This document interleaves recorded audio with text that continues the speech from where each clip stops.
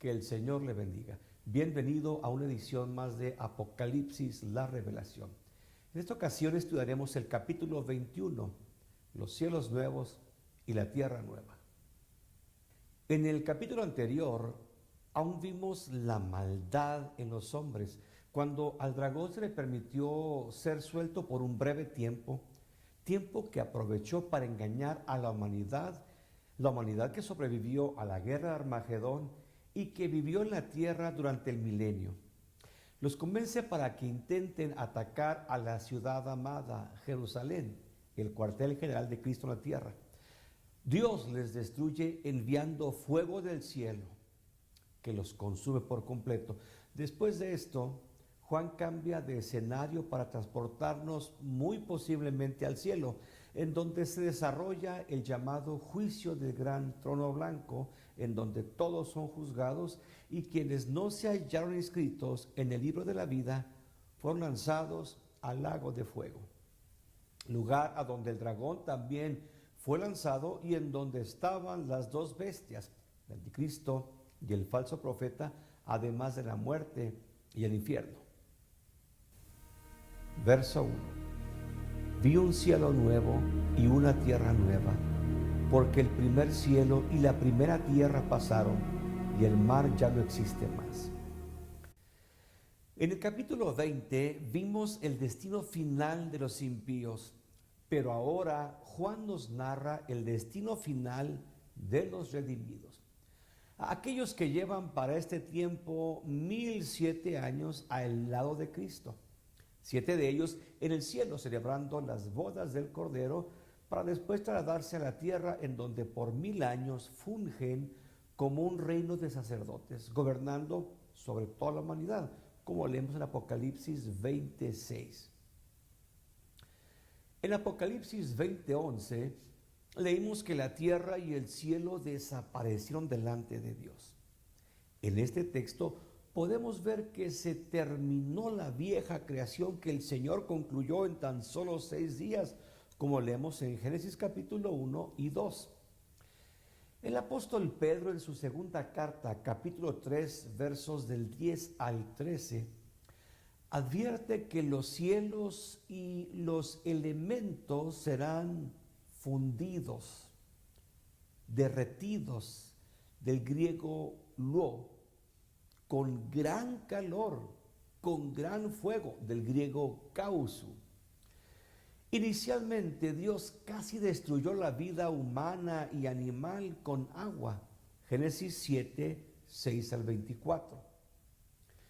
Pero ahora la destrucción total de la vieja creación va a ser con fuego.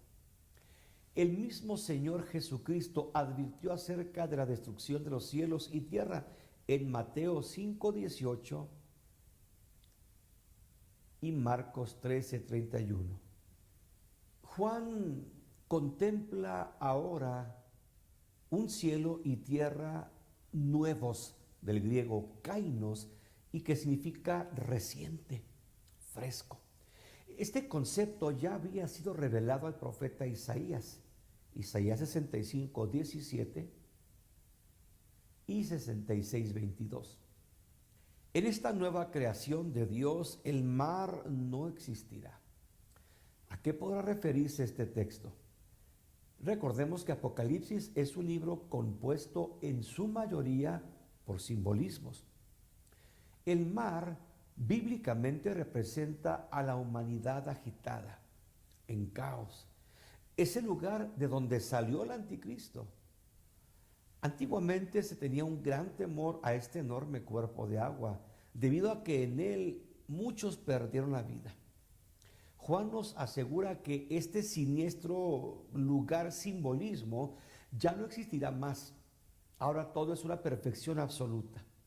Este cielo nuevo y esta tierra nueva serán la residencia eterna de los fieles redimidos, como leemos en 2 de Pedro 3:13. En ellos morará la justicia, no habrá lugar para la maldad. Verso 2. Y yo vi la santa ciudad, la nueva Jerusalén que descendía del cielo de parte de Dios, preparada como una novia adornada para su esposo. Juan, además de contemplar cielos y tierra nuevos, ahora distingue a otro interesantísimo elemento, la santa ciudad. Hemos de tener gran cuidado con no confundirla con la gran ciudad, que es la vieja Jerusalén. Esta ciudad tiene dos aspectos importantes. Número uno, es nueva, y número dos, es santa.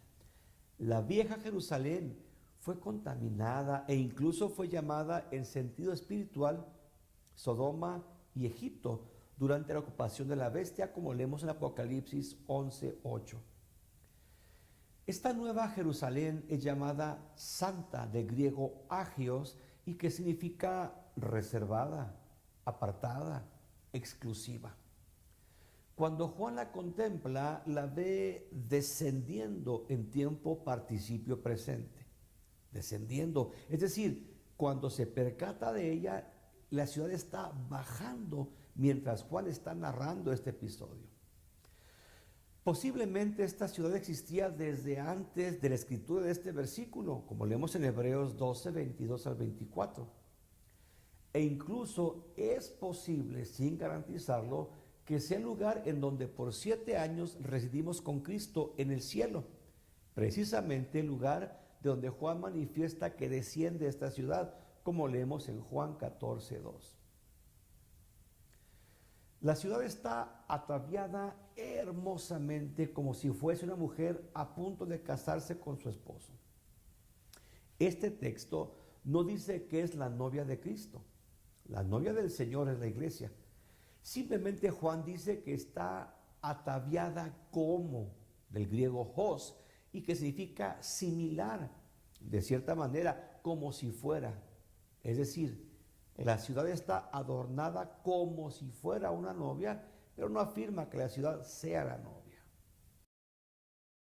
Oí una gran voz que procedía del trono diciendo: He aquí el tabernáculo de Dios está con los hombres, y Él habitará con ellos, y ellos serán su pueblo, y Dios mismo estará con ellos como su Dios. Juan escucha de nuevo una gran voz. Esta es la última de 21 ocasiones en que se escuchará esta expresión. Esta voz viene del trono, y siempre que se usa esta frase, una gran voz, significa que enseguida se va a decir algo importante, una declaración importante. Por lo tanto, es necesario que se diga fuertemente con una gran voz. El mensaje inicia con la expresión he aquí, llamando la atención o señalando. He aquí el tabernáculo, del griego skene, y que significa tienda de campaña, lugar en donde se vive, morada, residencia, la residencia o el tabernáculo de Dios. Este tabernáculo del Señor lo compartirá con sus redimidos. El Eterno será por la eternidad junto a los que fuimos comprados por la sangre del Cordero y que perseveremos hasta el fin y que hayamos vencido, como leemos en Mateo 10:22, Hebreos 3:6, Apocalipsis 2:26, 2:7, 3:12 y 3:21. Durante el peregrinaje de Israel por el desierto, Dios les acompañaba, pero su presencia se encontraba, por así decirlo, dentro del tabernáculo de reunión. Pero ahora se ha extendido. Nos otorga ahora el inmerecido e indescriptible privilegio de extender su tabernáculo, su tienda de campaña, su casa, para que la iglesia sea con Él por la eternidad. La Shejiná de Dios será accesible permanentemente para los hijos de Dios. Aleluya. Verso 4. Y Dios enjugará toda lágrima de los ojos de ellos. No habrá más muerte, ni habrá más llanto, ni clamor, ni dolor, porque las primeras cosas ya pasaron. En su presencia hay plenitud de todo lo verdaderamente bueno. Delante de Él, sus hijos no podemos sufrir más. Él mismo se encargará de consolarnos. Se acabaron los enemigos, se acabó la tribulación, se terminó esta carne mortal y corruptible. No más tentaciones con las que hay que luchar y encima de todo, viviendo permanentemente en su presencia. Nada jamás será mejor que esto. Cristo aseguró que tendríamos aflicciones en el mundo. Juan 16:33.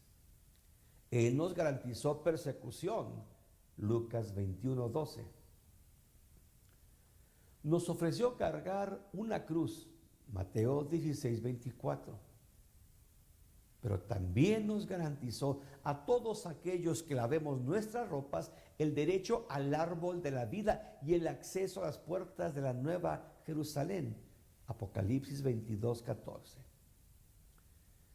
Las primeras cosas, la creación anterior que el pecado corrompió, se terminó. Ahora sigue la eternidad permanentemente al lado de nuestro Dios. Verso 5. El que estaba sentado en el trono dijo: He aquí yo hago nuevas todas las cosas.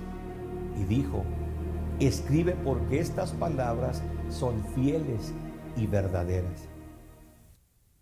En esta ocasión, Juan manifiesta que Dios, el que está sentado en el trono, habla personalmente. Ya no es un ángel ni una gran voz anónima, sino el que está sentado sobre el trono. Trono del griego tronos, y que significa potentado, poder. Y sin lugar a dudas, este que está sentado en el trono es el omnipotente, el que está hablando. ¿Qué es lo que dice el Señor? Que Él hace nuevas, del griego kainos, y que significa frescas, recién hechas, nuevas todas las cosas. La tierra fue hecha posiblemente con la intención de que fuese eterna. La vida humana fue creada con el mismo propósito. Sin embargo, debido al pecado, la tierra fue maldita, se corrompió, se gastó. Por lo tanto, el Creador está anunciando su nueva creación, a la que nunca más destruirá. Luego, el mismo Dios le ordena a Juan: escribe del verbo griego grapson, y que implica la orden de escribir urgentemente. Lo que el vidente ha de escribir son palabras dignas de confianza, son palabras fieles y verdaderas. ¿Por qué fieles y verdaderas? Es muy simple. Quien las habla es de igual manera llamado el fiel y verdadero. Apocalipsis 3:14 y 19:11. Verso 6. Me dijo también: está hecho. Yo soy el alfa y la omega, el principio y el fin. Al que tenga sed, yo le daré gratuitamente de la fuente de agua de vida. Dios sella las palabras fieles y verdaderas que acaba de hablar a Juan diciendo: está hecho. Al expresar estas palabras, el Creador está advirtiendo que su promesa de hacer nuevas todas las cosas se ha llevado a cabo. Es decir, lo dijo y lo hizo. Dios se autoidentifica como el alfa y la omega. Esta alfa y omega son la primera y la última letra del alfabeto griego, y que corresponden a la letra A y la letra O, simbolizando que Él es todo, principio y final, además de todo lo que está en medio. Dios es principiador y consumador de todas las cosas, incluyendo su creación.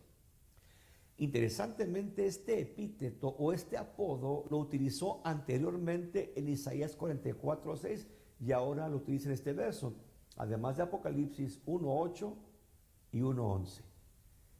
Por cierto, lo volverá a usar en Apocalipsis 22:13. Enseguida, Dios ofrece dar de beber gratuitamente, del griego doreani, que significa sin cobro alguno, a todos los sedientos. En Isaías 55:1, Dios hizo la misma invitación a los que padecen sed para que vengan a las aguas y compren sin dinero. Jesús anteriormente hizo el mismo ofrecimiento de saciar a todos los sedientos y hambrientos de justicia. Mateo 5:6, Juan 6:35 y otros. Verso 7. El que venza heredará estas cosas, y yo seré su Dios, y él será mi hijo. Esta expresión fue utilizada 7 veces por Cristo en sus 7 cartas dirigidas a las iglesias. Apocalipsis 2:7, 2:11, 2:17, 2:26, 3:5, 3:12 y 3:21. En este enunciado, el Señor advierte una condición a todos los que anhelan estar en su presencia por la eternidad. Todas las bendiciones que ha prometido, como comer del árbol de la vida, no sufrir daño de la segunda muerte, comer del maná escondido, recibir el nombre nuevo, recibir autoridad sobre las naciones, ser vestido de vestiduras blancas, no borrar su nombre del libro de la vida, que Él nos confiese delante del Padre y de sus ángeles, hacernos columnas del templo, que se escriba sobre nosotros su nombre, además del de su ciudad. Todas estas promesas son solamente para los que venzan. Esto implica que el creyente debe soportar pruebas, tentaciones, ataques y demás tribulaciones al que es sometido a lo largo de su vida con Cristo. La salvación ciertamente es gratuita, basta con creer. El pago lo hizo el Señor. Sin embargo, hemos de cuidarla. Somos responsables de ella, de tal manera que hemos de vencer y perseverar hasta el fin para ser acreedores a todas las bendiciones que Dios nos ha prometido. Verso 8. Pero para los cobardes e incrédulos, para los abominables y homicidas, para los fornicarios y hechiceros, para los idólatras y todos los mentirosos, su herencia será el lago que arde con fuego y azufre, que es la muerte segunda. En este versículo vemos un contraste muy marcado con el anterior. El verso 7 ofrece bendiciones a los que venzan, pero ahora el Señor nos presenta la suerte que correrán los que fueron rebeldes a su llamado a la salvación. El Altísimo provee un catálogo de las prácticas de la humanidad corrompida, cuyo destino será lamentablemente el lago que arde con fuego y azufre. El Señor presenta en primer lugar a los cobardes, del griego deilos, y que significa temeroso, que no tiene fe. Cuando Juan escribió Apocalipsis eran tiempos de persecución. Los cristianos verdaderos manifestaban su fe en Cristo al grado de aceptar la muerte antes de renunciar al Señor. Por otro lado, hubo y aún hay faltos de fe que por temor a perder la vida desertaron o desertan a Cristo. Luego tenemos a los incrédulos, del griego apistois, y que significa que no tienen fe, que no pueden o no quieren creer. Estos son aquellos que no quisieron creer en Cristo y en la oferta de salvación que Él otorgó a la humanidad. En siguiente término tenemos a los abominables, del griego deluso, y que significa persona que apesta, que provoca disgusto, detestable. La Biblia señala a estas personas que niegan a Dios, que se corrompen, como leemos en el Salmo 14:1. Job 15:16 advierte que son aquellos que beben la iniquidad como si fuera agua. Algunos de ellos profesan conocer a Dios, pero con sus hechos lo niegan, como leemos en Tito 1:15-16. Luego continúa la lista con los homicidas del griego phoneus y que significa persona que priva a otro o a sí mismo de la vida. Estos son aquellos que matan y dentro de este grupo vienen los que o las que voluntariamente abortan y los médicos o los técnicos que los asisten en este aborto. La Biblia también dice que aquel que odia a su hermano es considerado como un homicida, como leemos en 1 de Juan 3:15. Luego la lista sigue con los fornicarios, del griego pornos, y que a su vez se deriva del griego pernemi, que significa persona libertina, prostituta, que practica el pecado sexual. Estos son aquellos que han dado rienda suelta a las bajas pasiones, que lejos de frenar los instintos, cometen todo tipo de inmoralidad sexual. Luego vienen los hechiceros, del griego pharmakeus, y que significa aquellos que practican las artes mágicas, como la adivinación, el espiritismo y todo tipo de esoterismo. Interesantemente, la palabra de Dios cataloga a la rebelión también como si fuese este mismo pecado, según leemos en 1 de Samuel 15:23. Los idólatras, del griego eidolatres, y que significa persona que venera, que sirve o que adora a una imagen. Estos son aquellos que han decidido honrar y dar culto a las criaturas antes que al Creador, como leemos en Romanos 1:25. No solo son los que se postran ante una figura idólatra, sino también todos aquellos que tienen entronizado en su corazón cualquier otra cosa o incluso persona que ocupe el lugar principal que Dios debe ocupar. Luego la lista continúa con los mentirosos, del griego pseudes, y que significa persona que no es verídica, errónea, engañadora, malvada, perversa, falsa.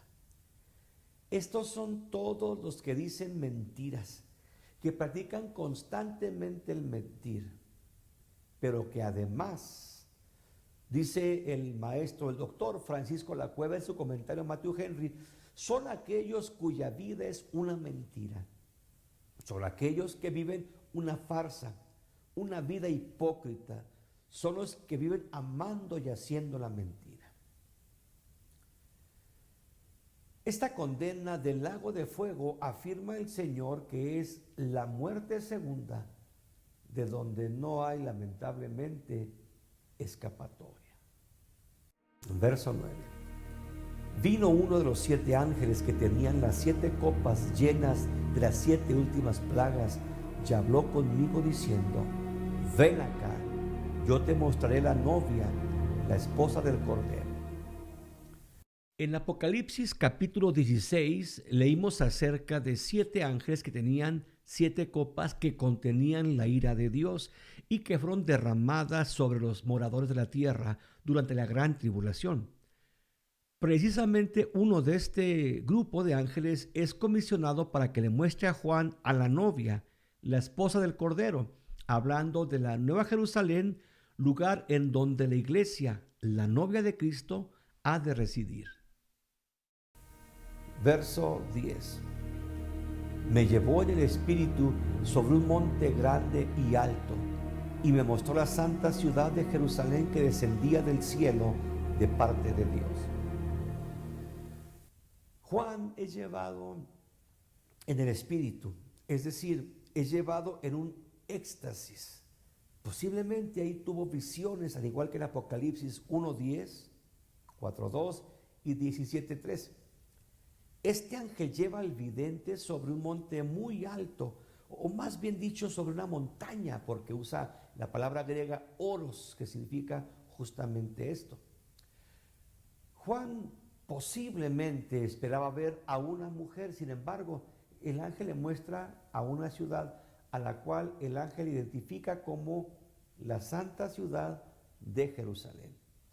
Esta misma visión la contempló el profeta Ezequiel en Ezequiel 42, en donde el profeta advierte que en visiones Dios lo llevó hasta la tierra de Israel, en donde lo puso sobre un monte muy alto, en donde contempló un edificio parecido a una ciudad. Sin duda, esto fue una revelación temprana de lo que el Nuevo Testamento plenamente identifica ahora como la Nueva Jerusalén. Cristo en Apocalipsis 3:12 promete a la iglesia de Filadelfia que si vencen, les escribirá el nombre de esta ciudad, la Nueva Jerusalén. Es decir, los redimidos formarán parte, serán ellos la Nueva Jerusalén. Esta maravillosa estructura desciende del cielo, de donde procede todo lo bueno, todo lo puro. Algunos escatólogos piensan que esto sucederá al inicio del milenio y que la Nueva Jerusalén descenderá del cielo para situarse en el aire sobre la antigua Jerusalén y ahí permanecer por 1000 años, instalando Cristo ahí su gobierno milenial, mientras que otros escatólogos piensan que el descenso de la ciudad va a ser hasta el final del milenio. Creo que ambas posturas merecen considerarse y no ser descartadas. Verso 11. Tenía la gloria de Dios y su resplandor era semejante a la piedra más preciosa, como piedra de jaspe, resplandeciente como cristal. Todo lo que viene del cielo irradia luminosidad. Recordemos el ángel que recién venía del cielo y cuyo aspecto era como relámpago, Mateo 28:3. En este texto, Mateo emplea la palabra griega astrape, que significa brillante, que irradia luz como un relámpago. Cuando Moisés desciende del monte Sinaí, venía precisamente irradiando luz, pues estuvo hablando con Dios, como leemos en Éxodo 34, 29 al 30. La gloria de Dios invadió a Moisés de tal manera que se impregnó de esa gloria y su rostro brillaba. La presencia de Dios trae brillo, luz, tal como leemos en Ezequiel 43:2. La gloria de Dios se ha asociado al brillo, al fulgor, a la luz.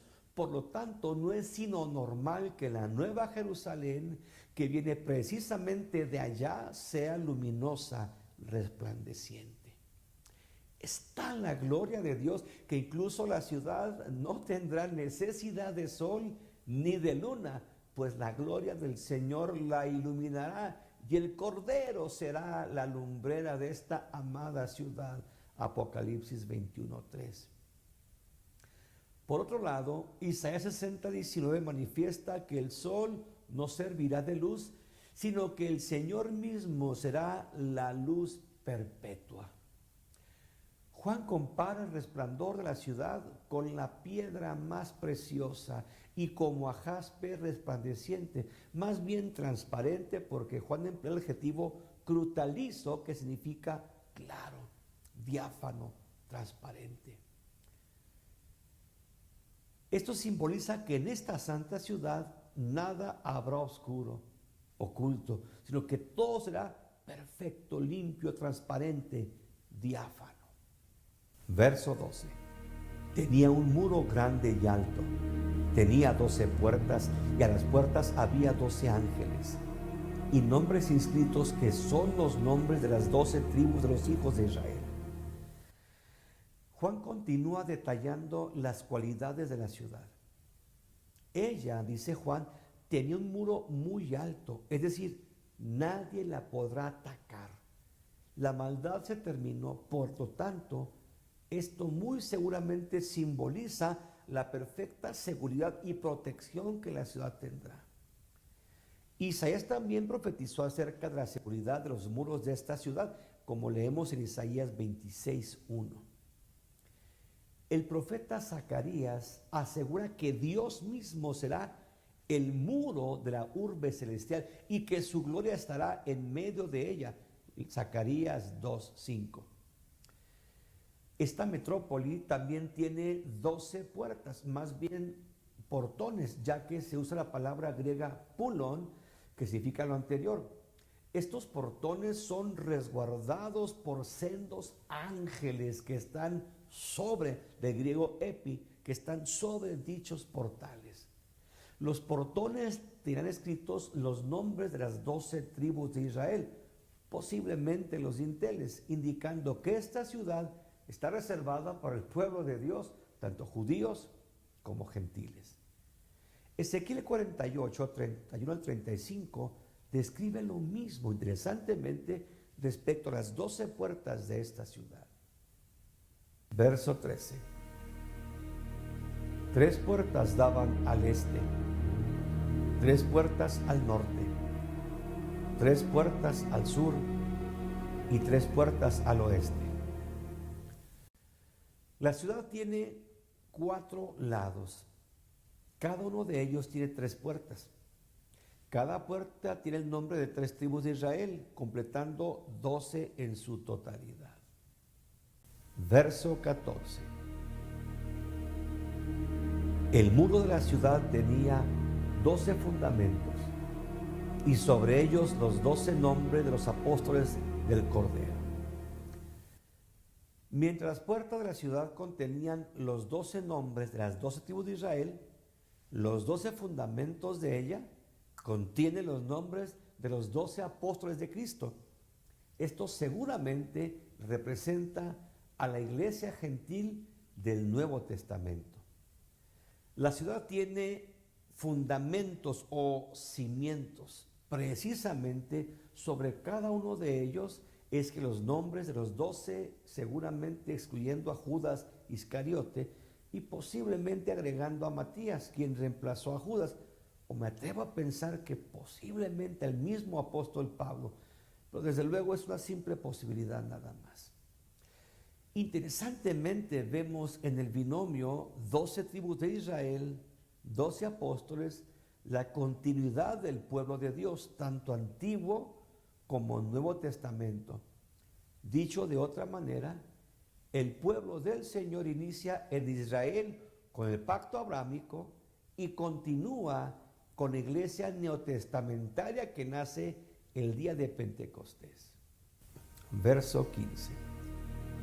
El que hablaba conmigo tenía una caña de medir de oro para medir la ciudad, sus puertas y su muro. Anteriormente, Juan recibió una caña para que midiera el templo, el altar y los que adoran en él. Apocalipsis 11:1. Pero ahora advierte que el que hablaba con él, o uno de los 7 ángeles, tiene el mismo instrumento de medición, solo que ahora crea que es de oro. Y en esta ocasión lo que se va a medir va a ser la ciudad, la Nueva Jerusalén, sus puertas y sus muros. Algo muy similar vio Ezequiel 40:41, además de Zacarías 2:1 al 5. En la ocasión anterior, donde Juan midió la Jerusalén terrestre, fue con el fin de protegerla, pero ahora la Nueva Jerusalén no tiene necesidad de protección, y al parecer la medición es posiblemente con el fin de contemplar sus enormes dimensiones, además de su perfecta simetría. Versos 16 y 17. La ciudad está dispuesta en forma cuadrangular. Su largo es igual a su ancho. Él midió la ciudad con la caña y tenía 12,000 estadios. El largo, el ancho y el alto son iguales. Midió su muro 144 codos según medida de hombre, que es la del ángel. Las ciudades antiguas se construían siendo encerradas dentro de muros cuadrados. Sin embargo, la Nueva Jerusalén no será cuadrada, sino perfectamente cúbica. El lugar santísimo del templo judío era perfectamente cúbico, midiendo aproximadamente 9 metros por cada uno de sus lados, alto, ancho y profundo, tal como podemos leer en 1 de Reyes 6:20. El ángel midió la ciudad y sus dimensiones son 12,000 estadios por cada lado. Un estadio equivaldría a unos 180 metros de los nuestros, de tal manera que cada lado de la ciudad mediría algunos 2,160 kilómetros, algunas 1,342 millas. El área de la ciudad sería de algunos 4.665.600 kilómetros cuadrados. Podríamos decir que esta ciudad llegaría desde Londres hasta Nueva York en cada uno de sus lados. Los muros de ella miden 144 codos de altura, es decir, los muros miden 64.8 metros de alto. Algunos teólogos como Beckwith piensan que las dimensiones dadas por Juan en este capítulo son simbólicas y que pudiera ser inmensamente mayor aún. Algunos eruditos como M. Tracy afirman que la ciudad no será cúbica sino piramidal, pero son posturas diversas de teólogos serios. Verso 18. El material del muro era jaspe y la ciudad era de oro puro, semejante al vidrio limpio.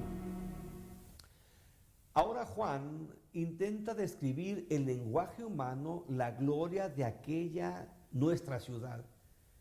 Siendo imposible detallar la belleza de ella, Juan nos presenta seguramente a través de simbolismos las características de esta celestial urbe. El material del muro es de jaspe. El jaspe es una piedra preciosa de color rojizo, de extremo brillo y de belleza. Es posible, como anota Francisco Lacueva, el célebre teólogo español, que el muro tenga incrustaciones de esta piedra.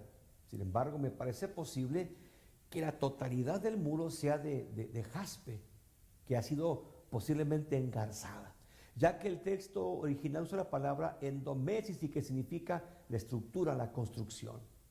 Por otro lado, recordemos que Apocalipsis es un libro de símbolos y posiblemente Juan nos está presentando materiales que son tipología de algo maravilloso, indescriptible. El jaspe era una de las piedras del pectoral que el sumo sacerdote de Israel vestía, como leemos en Éxodo 28:30, 39:13. En Apocalipsis, Juan contempla a Dios y lo describe como a uno sentado en el trono, cuyo aspecto era semejante al jaspe, Apocalipsis 4:3. De tal manera que esta piedra, el jaspe, se asocia a lo divino y no es de extrañarnos, ya que esta es la ciudad de Dios. La ciudad era de oro puro, semejante al vidrio. Juan agrega ahora que el material del que está hecha esta ciudad es de oro puro, del griego kataros, y que significa limpio, claro, puro. Este metal, uno de los más valiosos, simboliza la realeza y majestuosidad de la ciudad, además de la pureza y transparencia de ella. El oro puro es altamente reflejante de la luz, por lo tanto, es mi criterio que esta ciudad de oro puro reflejará la gloria del santo Dios al que adoramos. Versos 19 y 20. Los cimientos del muro de la ciudad estaban adornados con toda piedra preciosa. El primer cimiento era de jaspe, el segundo de zafiro, el tercero de ágata, el cuarto de esmeralda, el quinto de ónice, el sexto de cornalina, el séptimo de crisólito, el octavo de berilo, el noveno de topacio, el décimo de crisoprasa, el undécimo de jacinto, el duodécimo de amatista. Una vez que Juan nos describe el material de los muros y de la ciudad, ahora pasa a detallarnos sobre los adornos de los cimientos de los muros. Estos están adornados del griego cosmeo, y que significa decorados con toda piedra preciosa. El vidente nos proporciona una lista de las piedras que adornan los cimientos del muro. Estos son los que adornaban el pectoral del sumo sacerdote de Israel y que simbolizan la presencia de Dios. Interesantemente, los monumentos egipcios y árabes estaban adornados con estas mismas piedras y simbolizaban a los 12 signos del zodiaco, solo que los fundamentos de los muros los contienen en orden inverso, es decir, al revés, manifestando de esta manera que el Dios Santo, Rey de esta ciudad, es lo opuesto a las prácticas paganas de los dioses falsos. Verso 21. Las 12 puertas eran 12 perlas. Cada puerta fue hecha de una sola perla. La plaza era de oro puro, como vidrio transparente. Antiguamente las perlas eran de gran estima. Incluso el Señor las empleó como ejemplos de algo valioso. Mateo 13, 45, 46.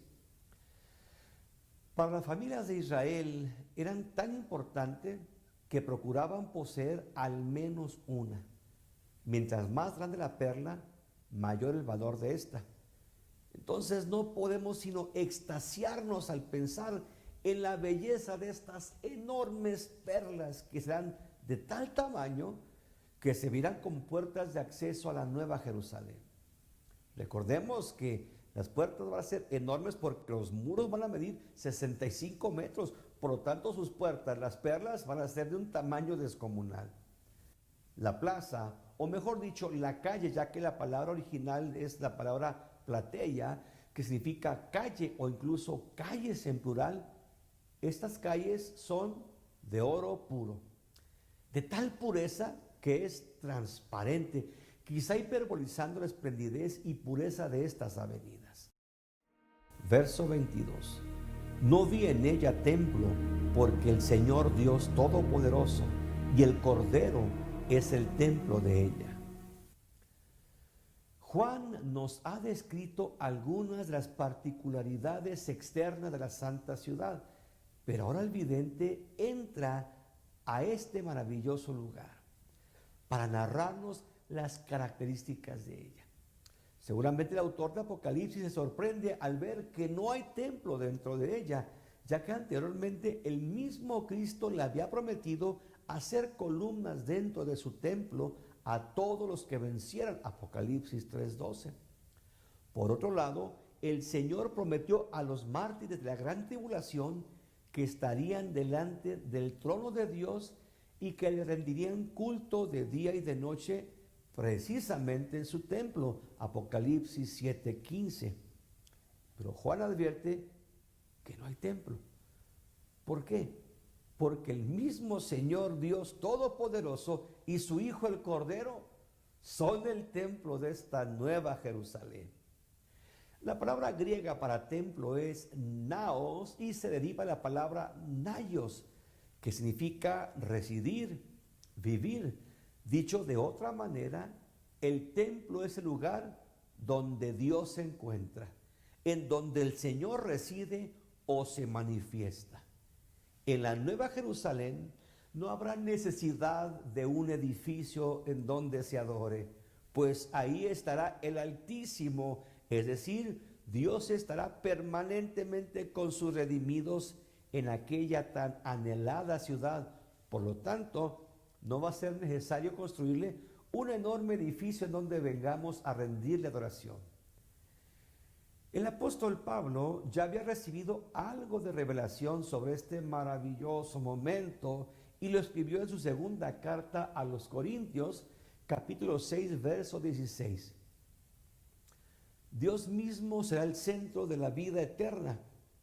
Residirá total y permanentemente con sus hijos, de tal manera que un templo físico será innecesario dentro de la Nueva Jerusalén. Verso 23. La ciudad no tiene necesidad de sol ni de luna para que resplandezcan en ella, porque la gloria de Dios la ilumina y el Cordero es su lámpara. Sin luz estaríamos en completa ceguera. En nuestra realidad actual necesitamos de este elemento para poder vivir.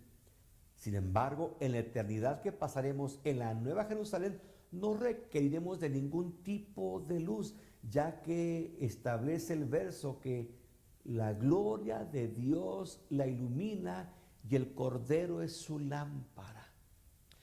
La palabra gloria proviene del griego doxa, que a su vez se deriva de la palabra dokeo, que significa brillantez, resplandor.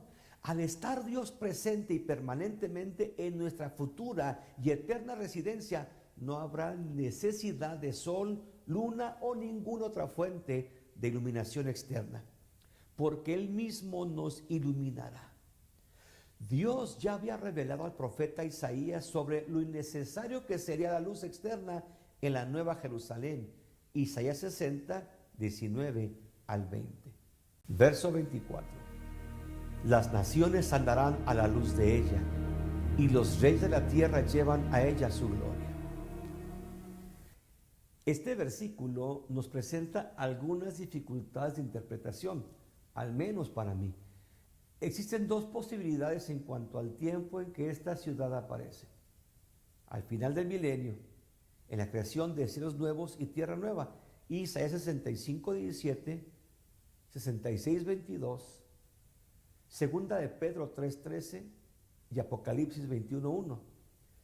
Sin embargo, también posiblemente esa ciudad aparezca al final de la gran tribulación, cuando Cristo venga a establecer su reino milenial y que precisamente presidirá desde Jerusalén. Zacarías 12, 10 al 14 y 8, 3. Si abrazamos la posibilidad de que la Nueva Jerusalén descienda a la tierra al final del milenio, una vez que el juicio del gran trono blanco haya concluido y que el Señor genere cielos nuevos y tierra nueva, entonces tendremos problemas para interpretar el verso 24, ya que afirma que las naciones andarán a la luz de ella y los reyes de la tierra llevan a ella su gloria. Y suponemos que una vez que el milenio haya concluido, ya no habrá más naciones ni reyes de la tierra que vengan a traer su gloria, pues las naciones rebeldes estarán ya juzgadas y sufriendo en el lago que arde con azufre y fuego. Apocalipsis 20:15. Contemplando entonces lo anterior, deducimos entonces que pudiera ser posible que esta nueva Jerusalén descienda del cielo para establecerse sobre la antigua Jerusalén, para que desde ahí nuestro Rey y Señor presida su gobierno milenial sobre las naciones. Desde luego no puedo dogmatizar lo anterior, simplemente es una posibilidad que en lo particular he contemplado. Quienes niegan la posibilidad de que la Nueva Jerusalén descienda del cielo durante el reino milenial se basan en la cronología. Es decir, para este capítulo 21, Juan hablando de un cielo nuevo y tierra nuevas, pues los anteriores ya fueron destruidos. Apocalipsis 21:1. Luego, inmediatamente después, en el versículo 2 del capítulo 21, el vidente nos habla del descenso ya de la Nueva Jerusalén. Por lo tanto, muchos concluyen que la ciudad celestial aparece cuando todo lo viejo ha sido destruido para dar paso al cielo y tierra nueva. Sin embargo, hemos de entender que los sucesos, los eventos de Apocalipsis no son narrados necesariamente de una forma cronológica. Por ejemplo, en Apocalipsis capítulos 8 y 9 nos hablan de lo que ocurrirá durante los segundos 3 años y medio después del inicio del gobierno del anticristo. Sin embargo, ya en el capítulo 11, Juan se regresa y nos narra lo que sucede al inicio de los primeros 3 años y medio, cuando Dios levanta a los 2 testigos a profetizar a las naciones de la tierra. Apocalipsis 11, 3, 7. Este mismo estilo literario en que los hebreos escriben lo encontramos en Génesis capítulo 1, donde leemos acerca de la creación, concluyendo con la formación del hombre en el verso 27. Sin embargo, en el capítulo 2 del mismo libro de Génesis, Moisés se regresa a narrarnos con más detalle la manera como Dios creó al hombre. Entonces, de una forma similar, Juan escribe Apocalipsis. De tal manera que el libro de Apocalipsis tiene un orden que no es necesariamente cronológico o secuencial. Versos 25, 26 y 27. Sus puertas nunca serán cerradas de día, pues allí no habrá noche. Y llevarán a ella la gloria y la honra de las naciones. Jamás entrará en ella cosa impura o que hace abominación y mentira, sino solamente los que están inscritos en el libro de la vida del Cordero. Esta maravillosa ciudad tiene acceso permanente y libre para los redimidos, para que entremos por ella. Luego Juan añade que no habrá noche.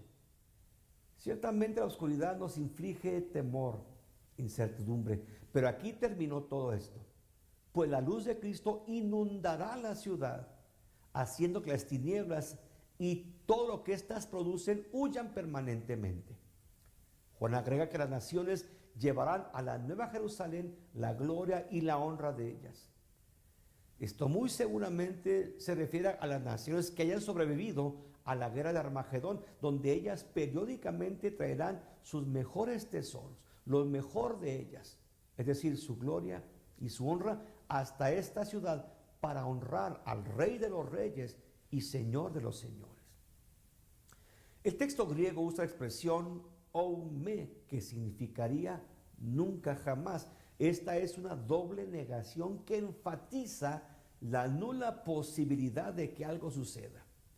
De ninguna manera podrá entrar en la ciudad cualquier cosa que sea impura, común, profana, algo que no sea aceptable a Dios o que haga abominación a Dios, es decir, algo que sea abominable o detestable. Solamente tendrán acceso a la ciudad los redimidos cuyos nombres están en el libro de la vida del Cordero. Hemos llegado al final del estudio del capítulo 21 de Apocalipsis. Les espero en el siguiente estudio, en donde terminaremos el capítulo 22, el último capítulo de este maravilloso libro. Yo soy Jesús Lozano. Mi deseo es que Dios le bendiga. Maranata, Cristo viene.